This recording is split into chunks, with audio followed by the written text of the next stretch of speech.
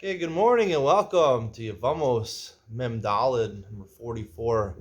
Oh, yo, yes, Whoa, he scared me. Come, David.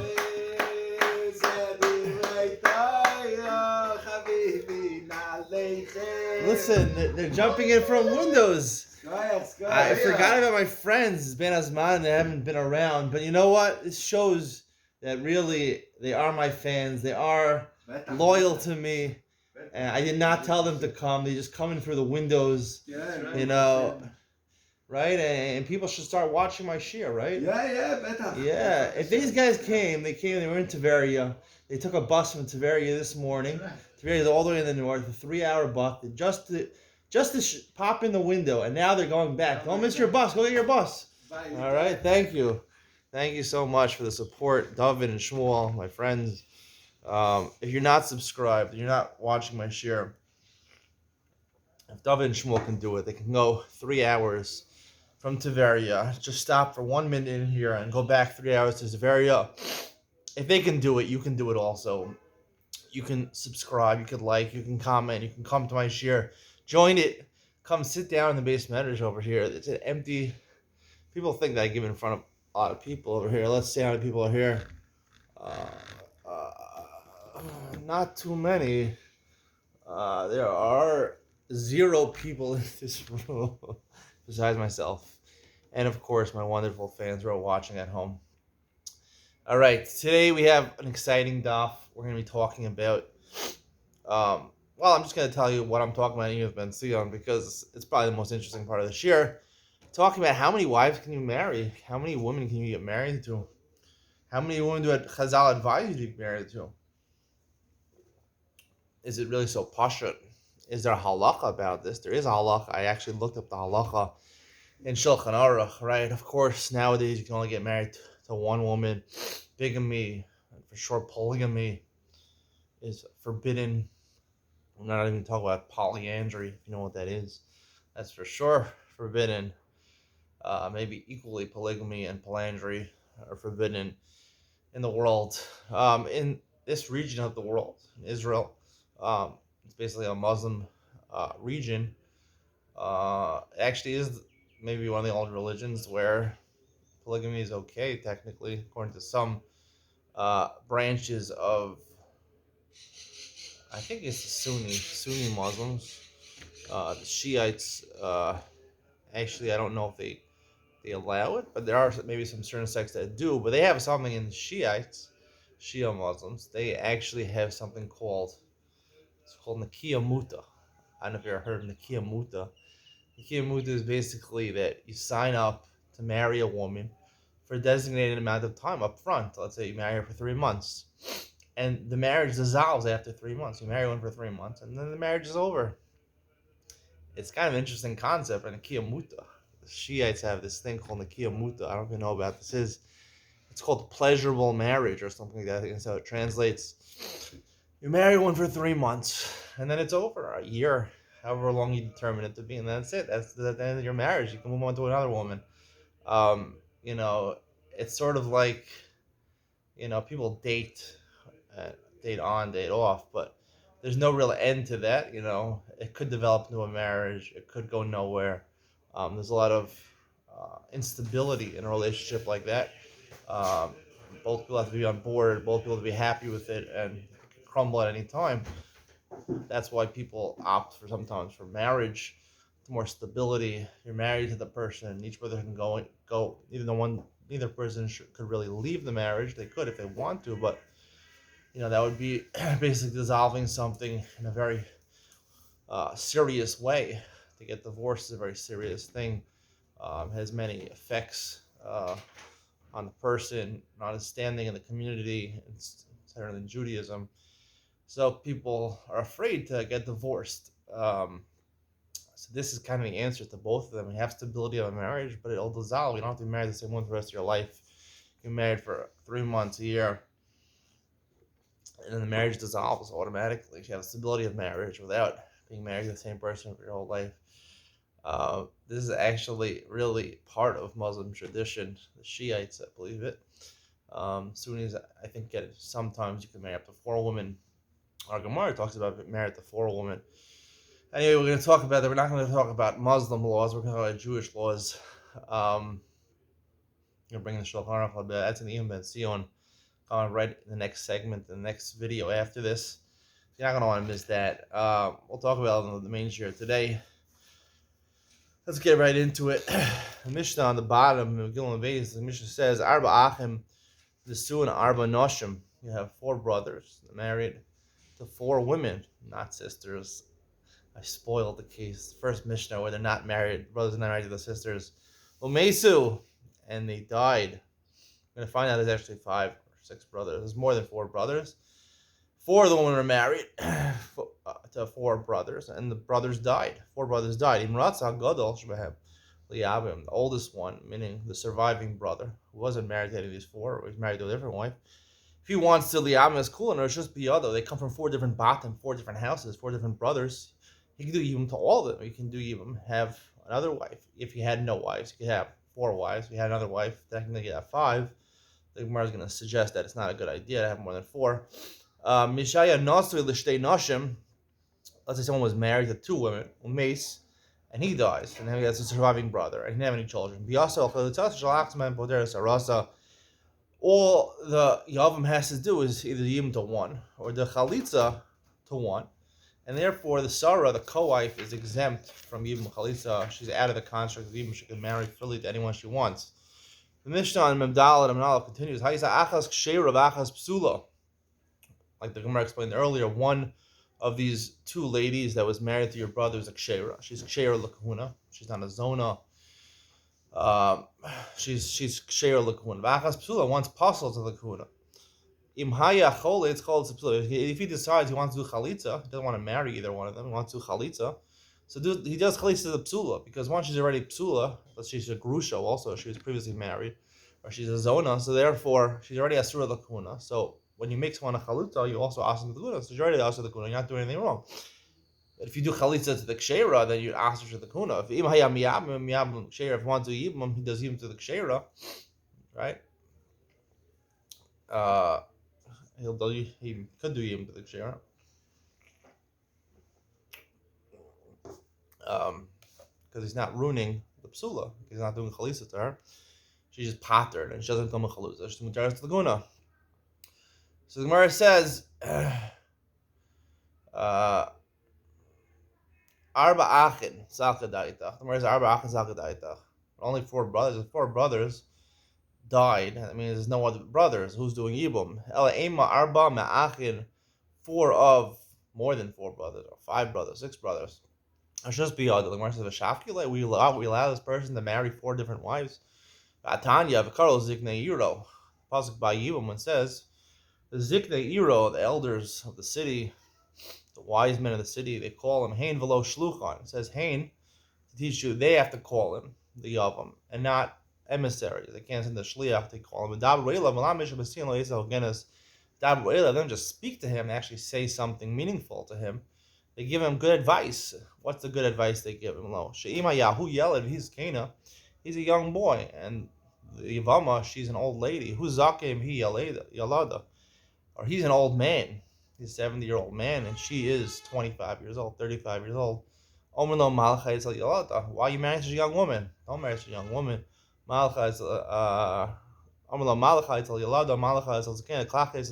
Marry someone who's similar in age to you. To marry someone, oftentimes, you don't usually see young men marrying old women, but you do see older men marrying young women. The Gemara is telling you it's not going to lead to good shalom bias. 70-year-old man marrying 35-year-old woman, 25-year-old woman. We say it's not a good idea to get married. Now, I don't know the exact parameters. The age doesn't say what it was, but there was a story. I don't know. I was told that Chavis Chaim did marry. He married a second. His wife died when he was still alive. He did marry a second woman. She had a child from a second wife, I think. He was like 70 or something like that. She was like 35. So, what would you say? The Gemara says it's not a good age, so the Chavis Chaim, I would say, knew the Gemara. You could leave your comment below. Or you could say, I would say that Maybe he felt that it's just an Eitzah Tova, right? It's an advice, right? When Chazal give you the advice, right? You can choose to listen to it. You choose not to listen to it. He obviously felt that maybe in his situation would be good. I don't know. That's the story I heard. I don't know. It's true. Anyway, fact check it yourself. That's what the Gemara says. Not a good idea to marry someone not in your age range. So the Gemara says, don't get married to a different aged woman and you're going to have fights in your house.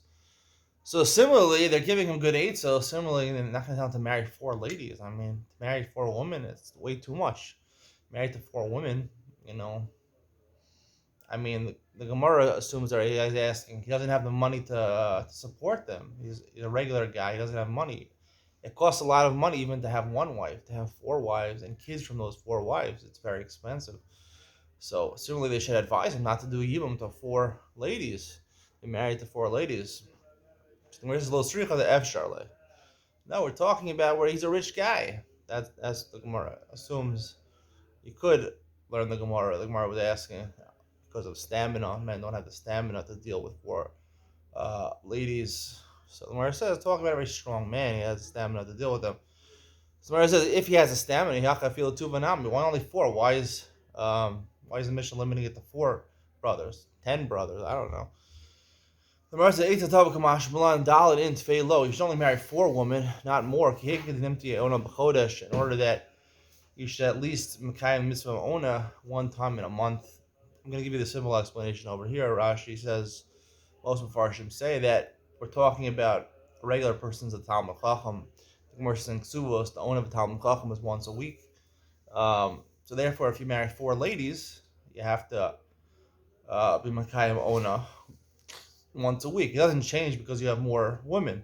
The Chiyuv Ona is on the man. It's not to fulfill the needs of the woman. So therefore, the man has an obligation to do Ona once a week. So if he marries 4 ladies, that means he's going to do Ona once a week. He's going to switch off the different ladies. So each woman will get an Ona once a month, which is the regular amount of time for menstruation for a period. So at least once during the time she's muteres, she will get her needs taken care of. So therefore, presumably the Gemara means she'll be happy. She'll keep your wife happy. If you have more than 4 wives, so then let's say you have 5 wives, so then you only get to all the women after 5 weeks, and therefore one woman's going to miss out every month on her Ona. She's not going to be happy, and it's going to be hard to live with her. That's probably what the Gemara means. There's a lot of problems with this Gemara because, meaning, first of all, why do you assume that the Ona is the Chiyuv? Sheira Ksusa V'Onasa Lo Yigra. You write in the Ksuva, it seems to be that it's a need of the woman. You're doing it to fulfill the needs of the woman. So because you have a Chiyuv Ona once a week, so therefore you're married to more women, they should lose out. You should be Chayiv. If your Ona is once a week and you have 4 wives, you should be doing it 4 times, 1 time a week to each of those women. Anyway, that's part of the Even Ben Stein we'll discuss later on. The Gemara is Mishaya Nosli. He was married to 4 women. V'niyabim l'tarvayu. The second case in the Mishnah, someone married, your brother's married to 2 wives. All you do is yibum to, or chalisa to one, it patters the other. Why can't you do yibum to both of them? Amar Rav Chiya bar Abba ben Yochanan Amar Kra Asher Yivna is beis achav. Bayis echad ubona ve'ein bona shnei batim. It says beis achav in singular. You only build 1 house to your brother, not 2. V'nichol l'tarvayu. Let him do chalitza to both of them. Amar Dusha bar Tuvia Amar Kra.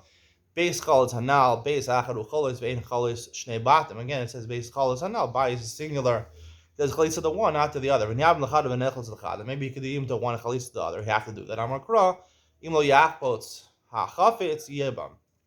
If he doesn't want to do yibum, then he does chalitza. Hai chafetz. If he wants to do yibum, he does yibum. So we learn from that. Kol yibum, all chalitza, kol shein all yibum, and all chalitza. Therefore, we learn that if yibum is not shayach, it's not possible, and chalitza is not possible also. So therefore, he does yibum to one. He can't do yibum. We just said bayis echad miyabim in bona shnei batim. So therefore, there's not yibum shayach to the second one. So therefore, there's no chalitza shayach to the second one also. Also, we're worried that people are going to say he built half of his brother's house and he destroyed half of his brother's house. Yomru. The Gemara says, what's the problem? They said, Whereas either biyabim or hadar chalitz, if when he does one yibum, one chalitz, does yibum first to one and then chalitz to the other, hakinami, it wouldn't be a problem. Dilma chalitz v'hadar miyabim. Problem to the chalitz to one and then he's miyabim the other, but kamli below yivna, and then there's a pasuk, there's or essay, but asher lo yivna is beis echa. We learn from that once you do chalitza, you can't do yibum to his house anymore. So therefore, you miyabim the second wife after the chalitza, that would be an isser essay.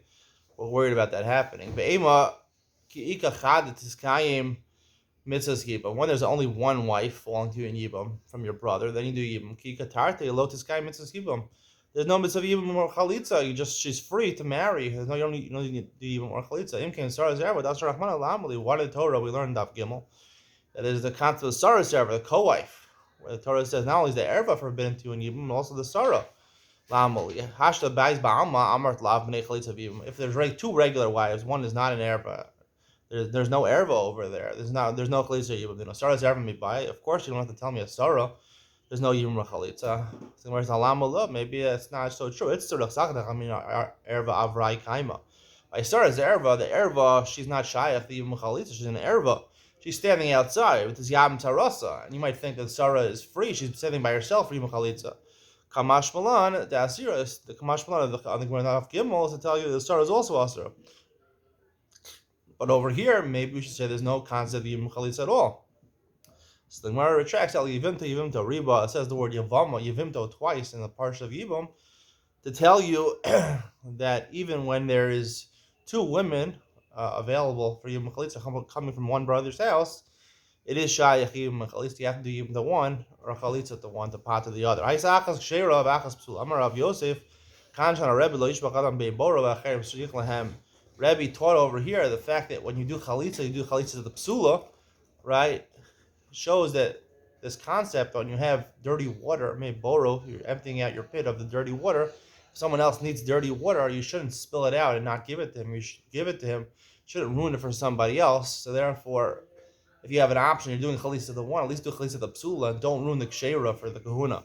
The Mishnah says, "Amachzer grushaso, and also chalitzaso, and also krovas chalitzaso, yotzi v'havlad mamzer divrei bekiva." Akiva holds, he argues on the accepted opinion of Allah. He holds that a mamzer is created from chayve lav, and even if you violate, Torah prohibits you from being with a certain woman only within lav, only an azhara, and not an ownish of kares.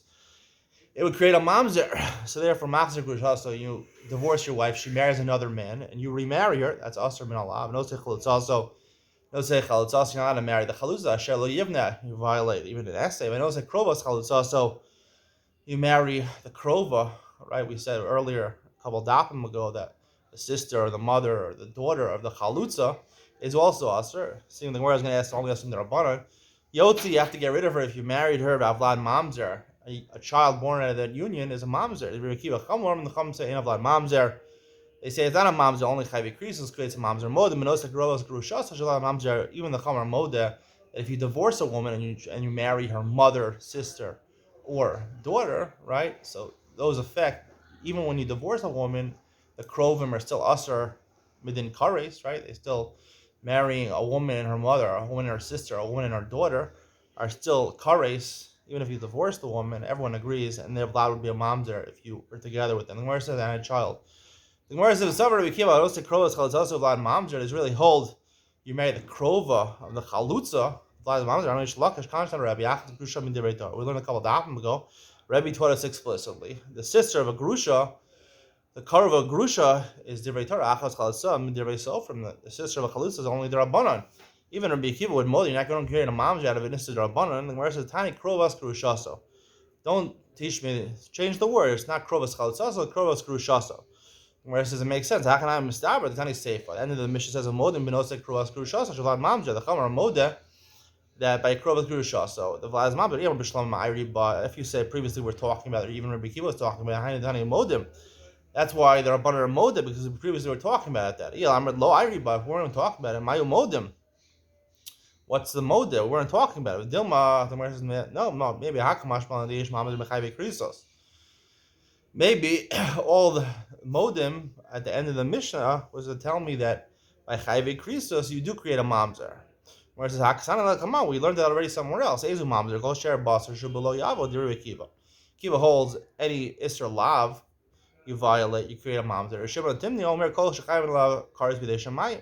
B'Halacha Gedvarav, he says over there, and it's only Chavi Krisos. V'Dilma Kasas Matana, Keruv Shimon Tani. Gemara says, what do you mean it's written somewhere else? Right, it's written somewhere else. But here, it said his name, so he was one of a machlokas, one opinion. But now we have an anonymous Mishnah that Rebbe was so same, he made him like the Rabbanan to show the halachas, like, it makes sense that he would write it over here. Im can listen share Shar Chayve Krisos. If you wanted to teach me that the halachas like Shimon Temni over here, you should have, why only Krovas Grushasa? You should have said all Chayve Krisos. Krovas Grushasa Lamali Al Shmamina Ariba. Must be that we're talking about, you have to change the original ratio of the Mishnah to talk about Krovas Grushasa also. The Dilma persists. The Dilma the Olam, no, I mean, we weren't talking about the Tana Maxim Grushasa, the Nosek Chalusasa, Krovas Chalusaso, Tani Nami Krovas Grushasa.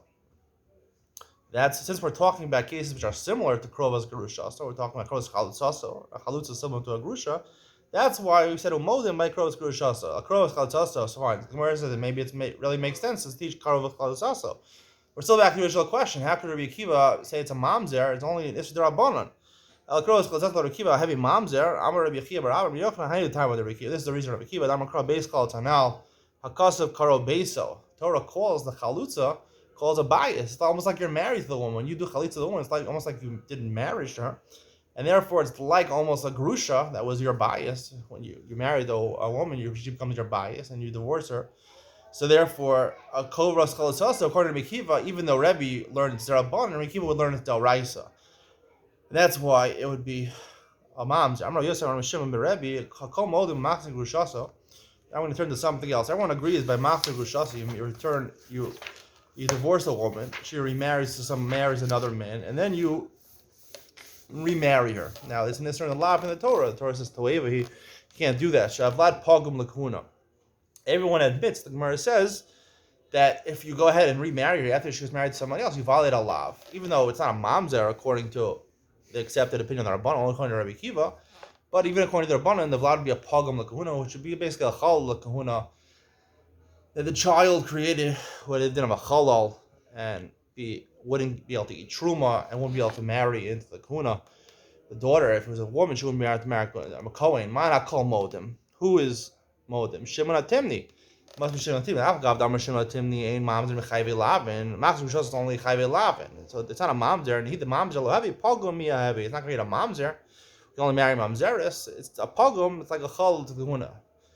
How do you know? We learn about Kal V'chomer from Almana. Almana can't be married to a Kohen Gadol. Almana, a widow, the Kohen Gadol, Sheini Surah Shava B'kol. Right? And Almana is mutter to everybody except the Kohen Gadol. Pogum, but not Pogum. If the Kohen Gadol marries an Almana and they have a child, the child becomes a Chalal. Zushe Surah Shava B'kol, and then Shab Pogum. Here, a Machzer Gushatz applies to everybody. Certainly, they should at least create a Pogum child. And where it says, what's the comparison? Nikol and Mifrach, Mal Almana, can he ask them as Chaleles? A series of 3 questions. First of all, the Almana, it's worse over there because when she marries the Kohen Gadol, she actually becomes the Chalala. She ruins herself also. When you max your Grushaso, you don't ruin the woman. It says he toeva, max Grushaso. She is a toeva, she's an abomination. Why he toeva? To exclude the children are not toeva, the children are not rejected. They're not even pogum. But Tanya, max Grushaso, I know the Chalsaso, I know the Krovas Chalsaso.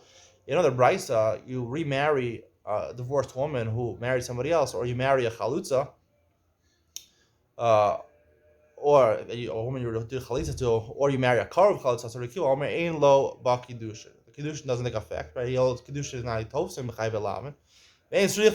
You don't need to give her a get because there was no marriage. He psula of the apostle. She's psula. You make her apostle when you're together with her, and the child is apostle. The kofan also lahotzi, based in forces him to get rid of the wife. And they argue completely. They say there is kedushin. Get it's a good kedushin. Therefore, you need a get. He kshera of lada kasher. She's kshera. You don't make her psula to the kahuna of lada kasher. And the child is completely kosher. So what does it mean kosher? Laman, lav the kahuna. Aren't we saying at the end of this the chum hold lada kosher? Aren't we saying the kahuna? So you see that the child is not a pogum. Then where's lo lakal? Vlad is kosher to marry a Yisrael, not to marry a Kohen. Ihaki, the daughter can marry a Yisrael, but can't marry a Kohen. Ihaki hik shera laman. It says who the woman who the grusha that you're a machzir, she's ksheira l'manile malakal. She can marry the kal pshita mishum dezanya if lakal, because she was zona, she was involved in this machzir grusha. So after she married somebody else, she remarried the original husband. Why should be post the kahuna? There's not an Isra kahuna. Elav lakuna must be that she becomes like a chalala. The kahuna, the kahuna, vladanami lakuna. Since the first part of the brisa, the Rabbana was talking about the kahuna, the child also the kahuna, and you see it becomes a pogrom. The Gemara says, "Being the area, is this really a proof? Hakdi have a hakdi isa?" No, each one separately, meaning her child is apostle, is pogrom.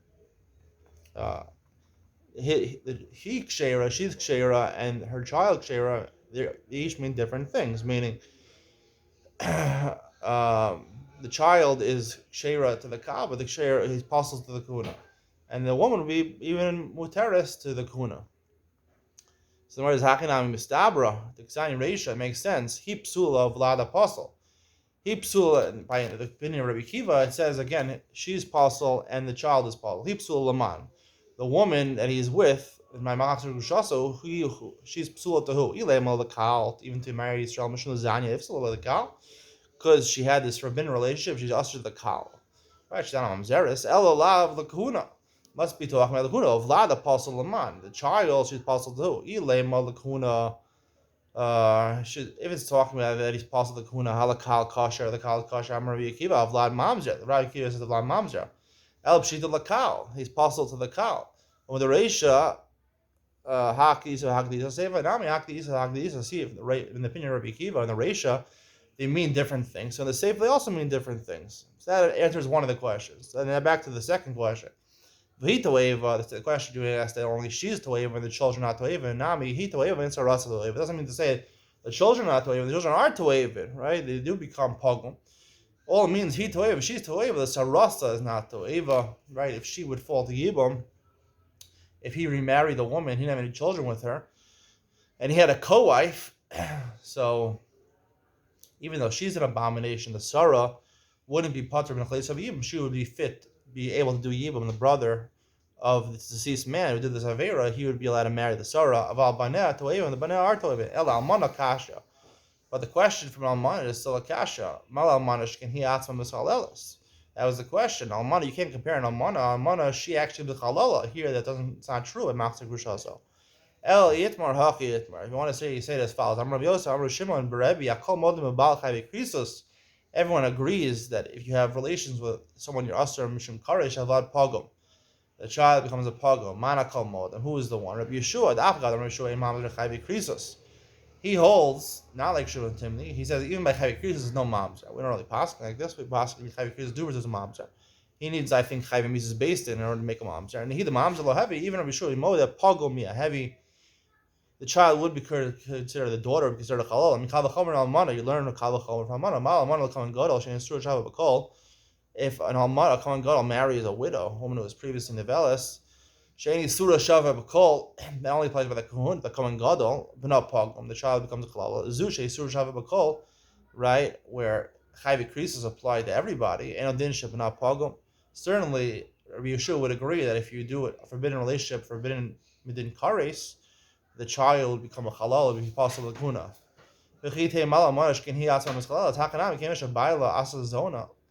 And you'll tell me what you'll try to reject the comparison. Almaya Kalan Gadol, she becomes a halal. Here also, right? When you violate Nisr Kares, she becomes a zona. Anyone who violates Nisr Kares, the baila, the woman who's boil her, makes her a zona and apostles her to the kuna also. You violate Chayvei Krisos, you make the woman to a zona, she's to the kuna, so she does become a zona, which is the same as a halala. So therefore they are comparable, and it is a good comparison. And that's the explanation. The Gemara, I hope you enjoyed today's daf. We'll see you in the Eon Ben Sion. We're talking about mitzvah of Ona. How many wives can you marry? Interesting stuff. See you then. Bye.